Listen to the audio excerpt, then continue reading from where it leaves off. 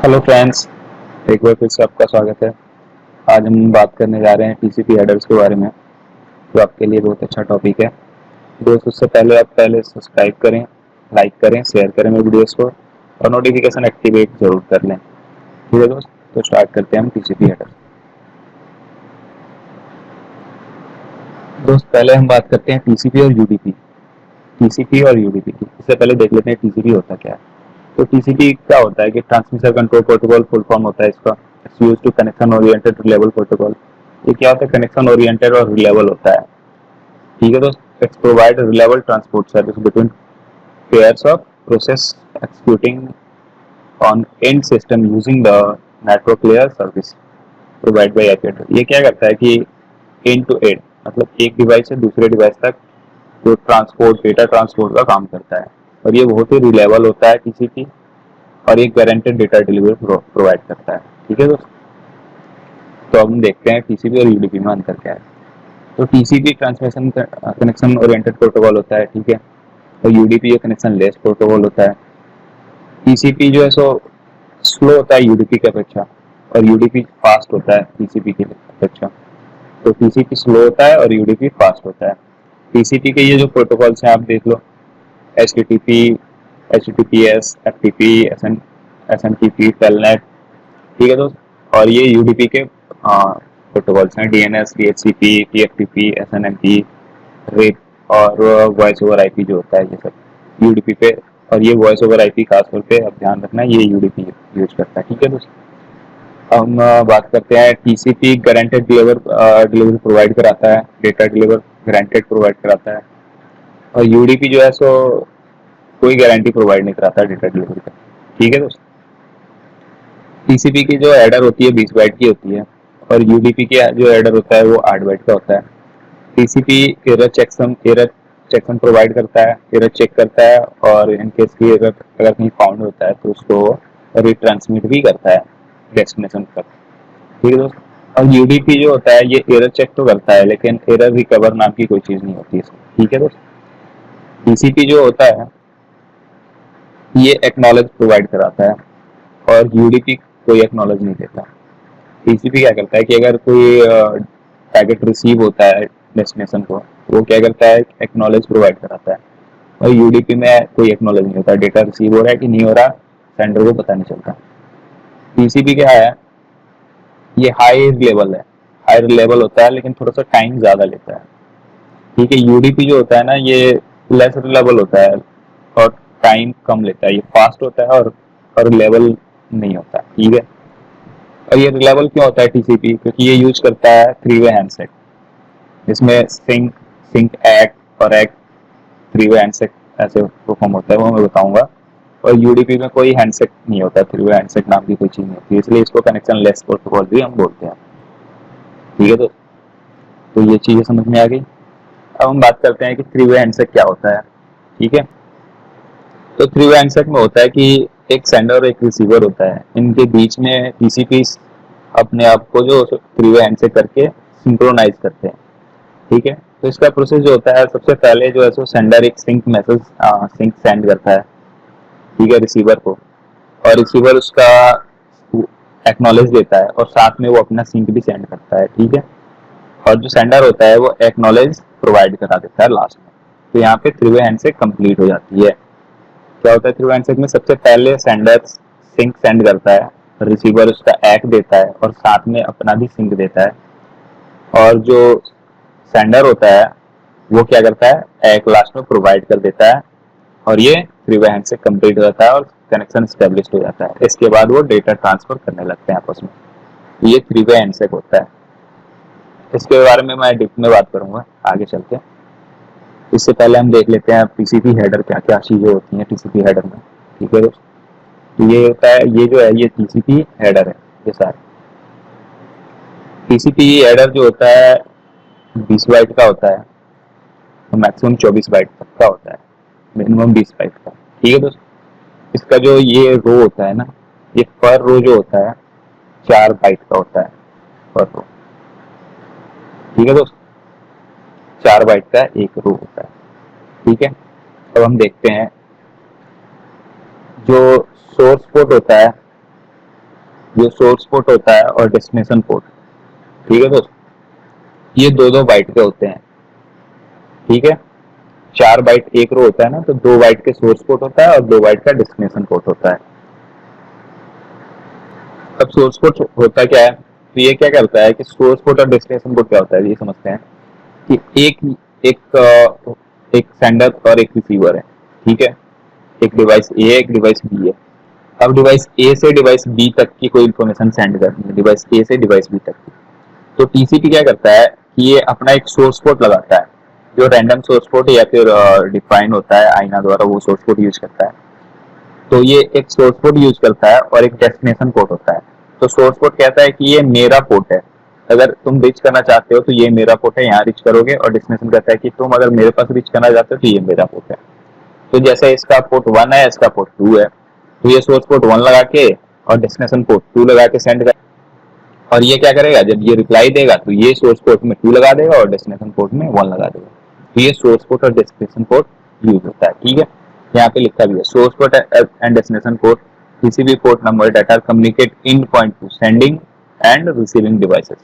जो and point पे sending और रिसीविंग डिवाइसेस होती हैं उनका जो पोर्ट नंबर होता है।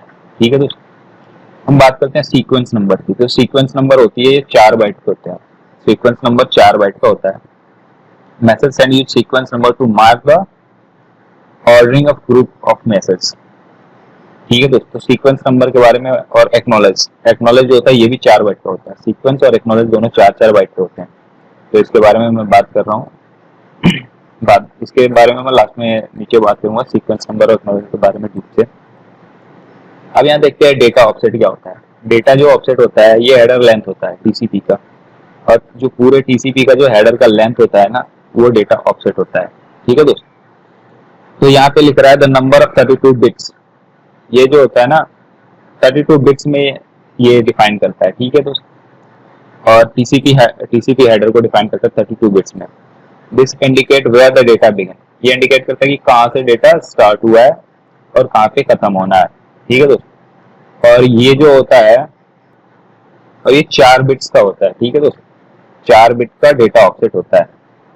ठीक है, और हम बात करते हैं, ये टीसीपी हेडर को डिफाइन करता है 32 बिट्स में, 32 बिट्स वर्ड में डिफाइन करता है ये टीसीपी हेडर को। तो 4 बिट का होता है ये।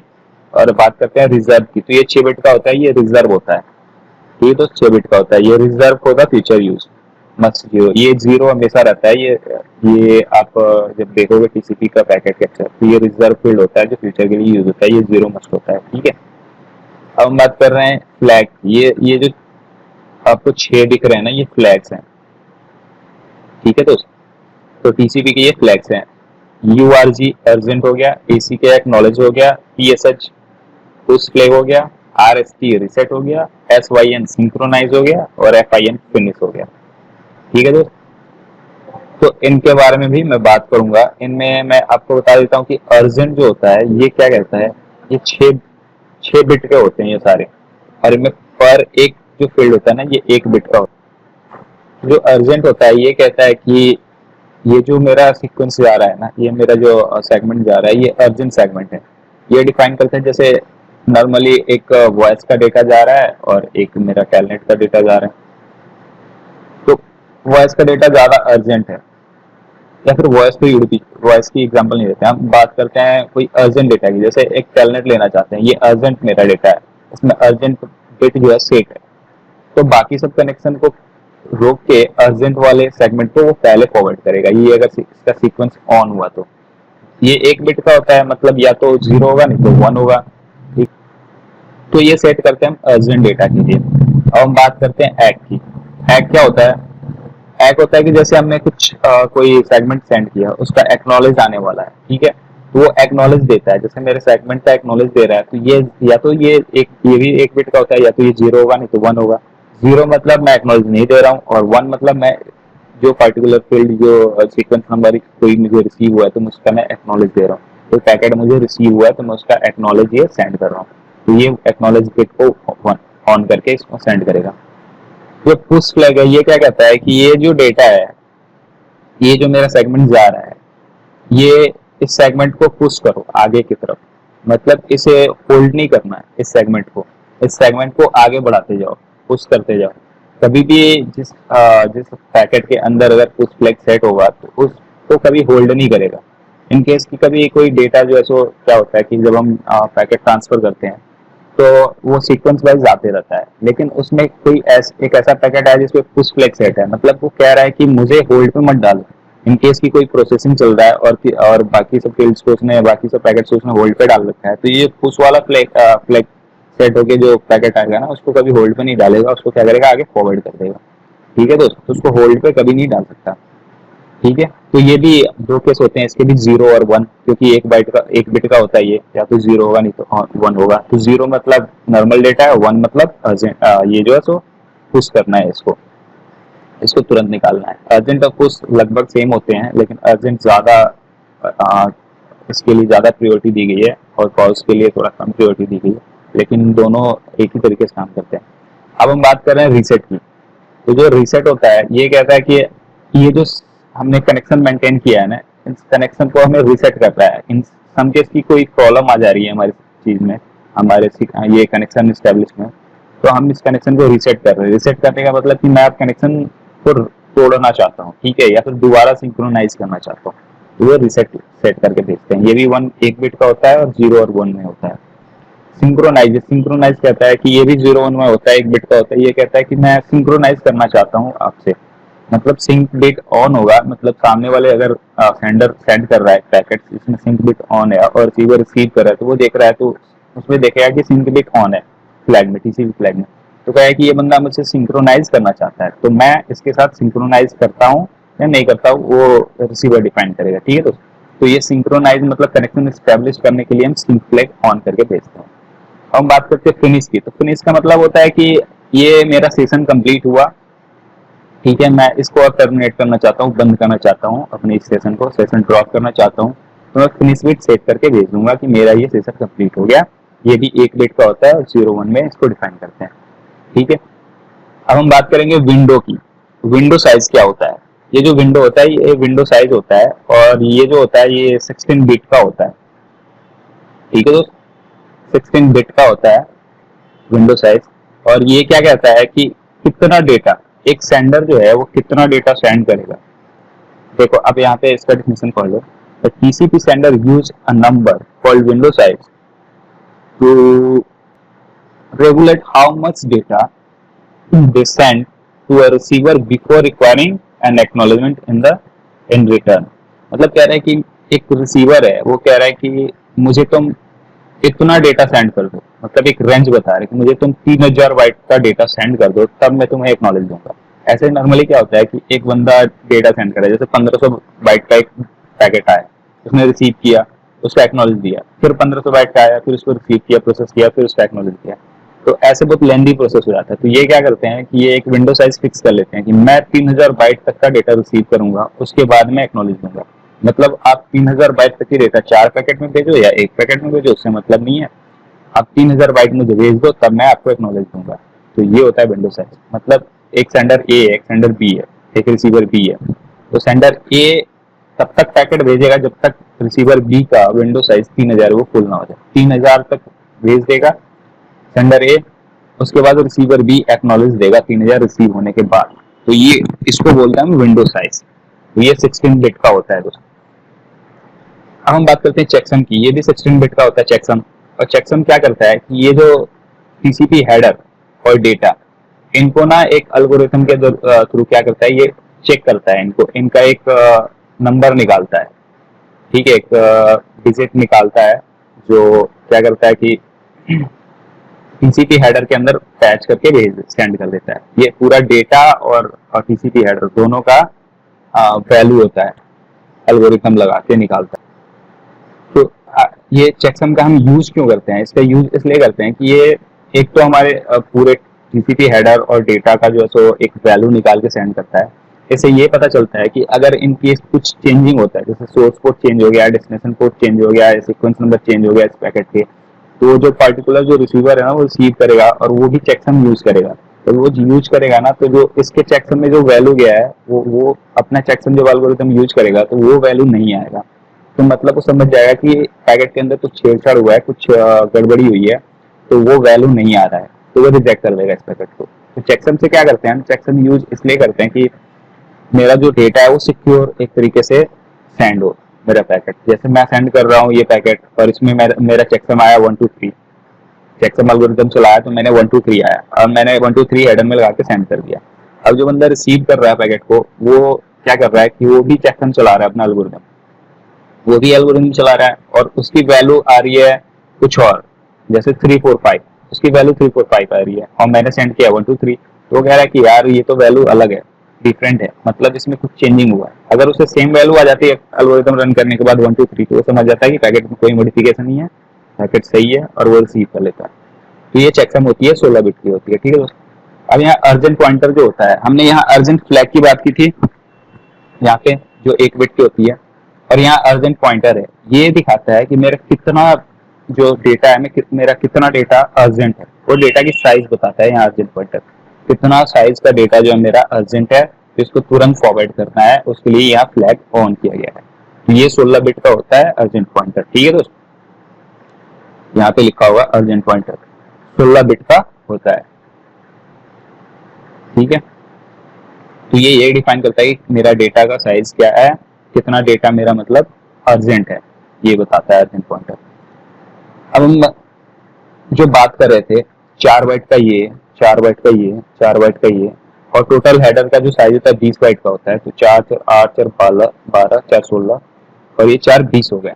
अब जो ऑप्शन और पैडिंग होता है ना, ये पीसीबी का कुछ ऐसे पार्ट्स होते हैं, कुछ ऐसे फील्ड्स होते हैं जो ऑप्शन के अंदर आते हैं, जिनके बारे में हम आपसे बात करेंगे। इसमें बहुत सारी चीज आती हैं, टाइम स्टेप आता है, फ्लो कंट्रोल आता है, विंडो स्केलिंग आती है। तो टीसीपी ऑप्शन के बारे में मैं नेक्स्ट वीडियो में आपसे बात करूंगा, और ये बहुत ही डीप नॉलेज होती है टीसीपी हेडर के बारे में, तो मैं आपको नेक्स्ट वीडियो में जरूर प्रोवाइड कराऊंगा टीसीपी ऑप्शंस की। इसमें बहुत सारी फील्ड्स होती हैं, उन सारे के बारे में मैं डिस्कस करूंगा। तो जो पैडिंग होता है ना, पैडिंग क्या कहता है, ये कहता है कि यहाँ पे मेरा टीसीपी का हेडर खत्म हो रहा है और यहाँ से मेरा डेटा स्टार्ट हो रहा है। तो पैडिंग का मतलब यही होता है कि यहाँ मेरा टीसीपी हेडर खत्म हो गया इस साइज तक, और इस साइज के बाद जो है सो मेरा डेटा का एक्चुअल डेटा स्टार्ट हो रहा है, ठीक है दोस्तों। तो हमने यहाँ पे छोड़ा है सीक्वेंस नंबर एक्नॉलेज को, तो हम उसको देखते हैं। सीक्वेंस नंबर एक्नॉलेज क्या होता है, एक ट्रैफिक फ्लो के जरिए, और ये सब आप देख लो कि यहाँ मैंने अर्जेंट पॉइंटर बताया है, ये फ्लैग्स 6 फ्लैग्स के बारे में बताया है, 6 होते हैं कि आप नोट्स करना चाहते हो तो नोट कर सकते हो, ठीक है। ये ऑप्शन है, और अर्जेंट पॉइंटर चेकसम के बारे में मैंने बता दिया। अब हम देखते हैं ट्रैफिक फ्लो क्या होता है, कैसे सिंक्रोनाइजेशन और एक्नॉलेजमेंट की बात करते हैं। ये एक बहुत ही अब ध्यान से समझना पड़ेगा आपको। यहाँ एक सेंडर है, यहाँ एक रिसीवर है, ठीक है, ये दोनों आपस में कम्युनिकेट करना चाहता है, ठीक है दोस्तों। तो 3 वे हैंडशेक सबसे पहले देखते हैं कि ये क्या करता है, सिंक्रोनाइजेशन पहले सेंड करेगा। जो सेंडर है ना, ये चाहता है इससे कम्युनिकेट करना, तो ये एक पैकेट सेंड करेगा सिंक्रोनाइजेशन, ठीक है, जिसमें सिंक बिट ऑन होगा। किसी फ्लैग में बताया था मैंने, सिंक बिट होता है, उसको ऑन करके सेंड करेगा, और जो सीक्वेंस नंबर होगा ना उसको 0 करके भेजेगा। ये स्टार्टिंग कर रहा है, सीक्वेंस नंबर 0 करके सेंड कर दिया। अब जब रिसीवर को वो पैकेट मिला, तो रिसीवर ने पैकेट देखा कि सीक्वेंस नंबर 0 और सिंक्रोनाइज बिट ऑन है, ये बंदा मेरे से सिंक्रोनाइज करना चाहता है, तो वो क्या करेगा कि वो उसका एक्नॉलेजमेंट दूंगा, एक्नॉलेजमेंट उसका रिप्लाई देगा, ये एक्नॉलेजमेंट देगा। तो वो क्या करेगा कि एक्ट को 1 कर देगा, ठीक है, और सीक्वेंस नंबर 0, मतलब वो उसका एक्ट दे रहा है और अपना भी सीक्वेंस सेंड कर रहा है, ठीक है। तो उसने क्या किया कि अपना भी सीक्वेंस 0 करके सेंड कर दिया, और उसका सीक्वेंस रिसीव किया, उसका एक्नॉलेजमेंट दिया, और एक्नॉलेजमेंट 1 कर दिया। 1 का मतलब ये कह रहा है कि मैंने जो सीक्वेंस, एक सीक्वेंस दे रहा हूँ, और मैं एक्सपेक्ट कर रहा हूँ कि आप मुझे नेक्स्ट सीक्वेंस 1 दोगे, ठीक है। ये कह रहा है, ये अपना सीक्वेंस नंबर 0 किया, और ये अपने सामने वाले सेंडर को बोल रहा है जो इसके लिए रिसीवर हुआ, तो उसको ये कह रहा है कि भाई तुम जो अपना सीक्वेंस नंबर भेजना वो नेक्स्ट 1 करके भेजना, मैं एक्सपेक्ट कर रहा हूं कि आपका नेक्स्ट सीक्वेंस नंबर 1 आएगा, ठीक है। तो ये क्या किया, इसने भी अपना सिंक्रोनाइजेशन बिट ऑन कर दिया और एक्नॉलेज का भी बिट ऑन करके भेजा है, ठीक है दोस्त। सिंक, इसने केवल सिंक का बिट ऑन करके भेजा था, और इसने सिंक भी भेजा और एक भी भेजा, मतलब ये भी चाहता है कि सिंक्रोनाइज करना और इसके सिंक का एक भी दे रहा है, और सीक्वेंस नंबर इसमें 0 लगा के भेजा अपना, और एक्नॉलेजमेंट 1 कर दिया, एक्सपेक्ट कर रहा है नेक्स्ट सीक्वेंस नंबर की है। तो अब ये जो बंदा है ये सेंड करता है इसको ट्रैफिक, ये क्या सेंड करता है, एक पैकेट सेंड करता है, एक्नॉलेजमेंट सेंड करता है, एक का जो फ्लैग है ना उसको ऑन करके सेंड कर देगा। तो ये ऑन करके सेंड किया, एक इसने कहा कि ये एक्नॉलेज दे रहा हूं मैं और सीक्वेंस नंबर मेरा 1 है और एक्सपेक्ट कर रहा हूं आपसे नेक्स्ट सीक्वेंस 1 की। मतलब ये क्या कह रहा है कि ये जो एक्नॉलेजमेंट है, ठीक है, ये आपके ये तो मैं सेंड कर रहा हूँ, एक्नॉलेजमेंट आपके सीक्वेंस का मैं सेंड कर रहा हूँ, और जो मेरा सीक्वेंस है ये 1 है, और मैं एक्सपेक्ट करता हूँ कि आप नेक्स्ट सीक्वेंस जो सेंड करोगे वो 1 करोगे। तो अब देखो ये बंदा क्या करता है, यहाँ पे कंप्लीट हुआ था मेरा 3 एंड से, पहला ये, दूसरा ये और तीसरा ये 3 एंड से कंप्लीट हुआ। सिंक, सिंक एक एंड एक, ये याद रखना, सिंक्रोनाइजेशन सेंड किया, सिंक्रोनाइजेशन प्लस एक्नॉलेजमेंट और फिर एक्नॉलेजमेंट। तो ये 3 एंड से क्या सेशन स्टैब्लिश हो गया। अब यहाँ से आगे डेटा सेंड हो रहा है। अब यहाँ देखना दोस्त, ये क्या कर रहा है, ये जो डेटा सेंड कर रहा है इसने सीक्वेंस नंबर 1 करके सेंड किया।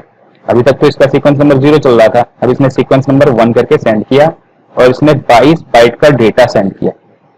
इसने कहा कि इसने तो एम्प्टी सेंड किया, इसने कोई डेटा सेंड नहीं किया था, इसलिए एक भी 1 किया और सीक्वेंस भी 1 किया, ठीक है।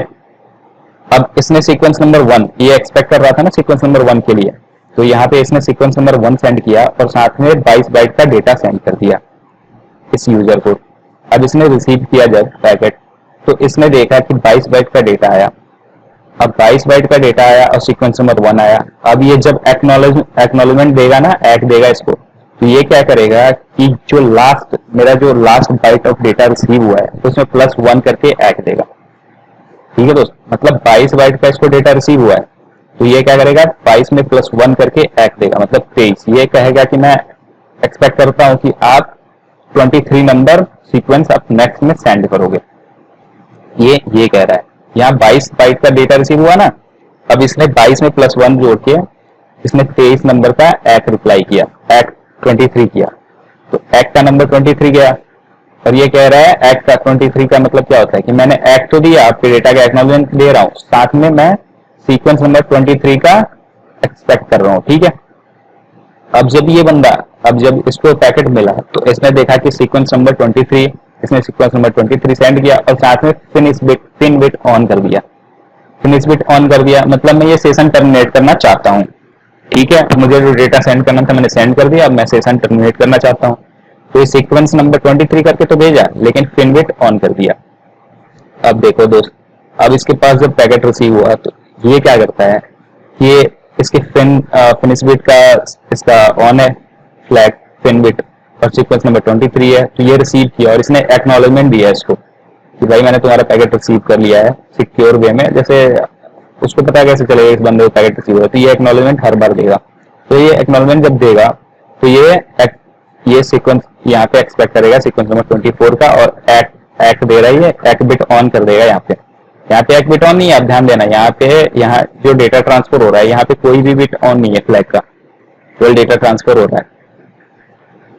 अब यहाँ पे देखना, जब ये फिन बिट इसके पास आया, अब ये एक बिट ऑन करेगा कि चलो मैं आपको एक्नॉलेजमेंट दे रहा हूँ एक बिट 1 करके, ठीक है। तो इसने एक बिट 1 ऑन कर दिया होगा और साथ में इसने सीक्वेंस नंबर 24 का एक्सपेक्ट करके सेंड कर दिया, ठीक है। साथ में इसने एक और पैकेट सेंड किया फिनिश बिट ऑन करके, चलो तो तुम्हारा फिनिश तो मुझे रिसीव हुआ, मैंने तुम्हें एक्नॉलेजमेंट दे दिया, अब मैं भी तुम्हें फिनिश सेंड कर दे रहा हूँ ताकि हमारा सेशन टर्मिनेट हो जाए, खत्म हो जाए। तो उसने भी फिन बिट ऑन किया और साथ में इसने सीक्वेंस नंबर 1 कर दिया। मतलब यहाँ पे ये सेशन कंप्लीट हो गया कि चलो पिछला सेशन सारा मेरा कंप्लीट हो गया, अब मैं नया सेशन के लिए मैं अपना फिनिश बिट सेंड कर दे रहा हूँ सीक्वेंस नंबर 1 से। फिनिश बिट सेंड कर दिया। अब जब इसके पास फिनिश बिट का रिक्वेस्ट आया तो इसको भी एक्नॉलेज देना पड़ेगा ना कि हाँ भाई तुम्हारा भी फिनिश बिट मुझे रिसीव हो गया। तो ये भी सीक्वेंस नंबर 2 के साथ एक बिट ऑन करके सेंड कर देता है। तो ये होता है टीसीपी का जो ट्रैफिक फ्लो है वो ये है, अब ध्यान से समझना, ठीक है दोस्तों। अब हम बात कर रहे हैं जो मेरी नेक्स्ट वीडियो आने वाली है उसमें आप किसी भी ऑप्शंस के बारे में देखोगे, ऑप्शंस के अंदर कितने फील्ड्स होते हैं और क्या क्या चीज़ें होती हैं उनके बारे में बताऊंगा। आपको ये वीडियो पसंद आया होगा, और अगर कुछ चीज़ें आपको समझ में ना आई हो, जैसे प्रीवेंट से या फिर टीसीपी हेडर का कोई फील्ड, तो आप मुझे कमेंट कर सकते हो, ठीक है दोस्त। मैं उसको आपको नेक्स्ट वीडियो में ज़रूर आपको बता दूंगा, ठीक है फ्रेंड्स। आप मेरे चैनल को सब्सक्राइब करें, शेयर करें, लाइक करें, ठीक है दोस्त। और सारी वीडियोस मैं हिंदी में बनाता हूँ, तो आई होप कि आपको सारी वीडियो पसंद आती होंगी, ठीक है। तो फिर मिलते हैं दोस्त नेक्स्ट वीडियो में।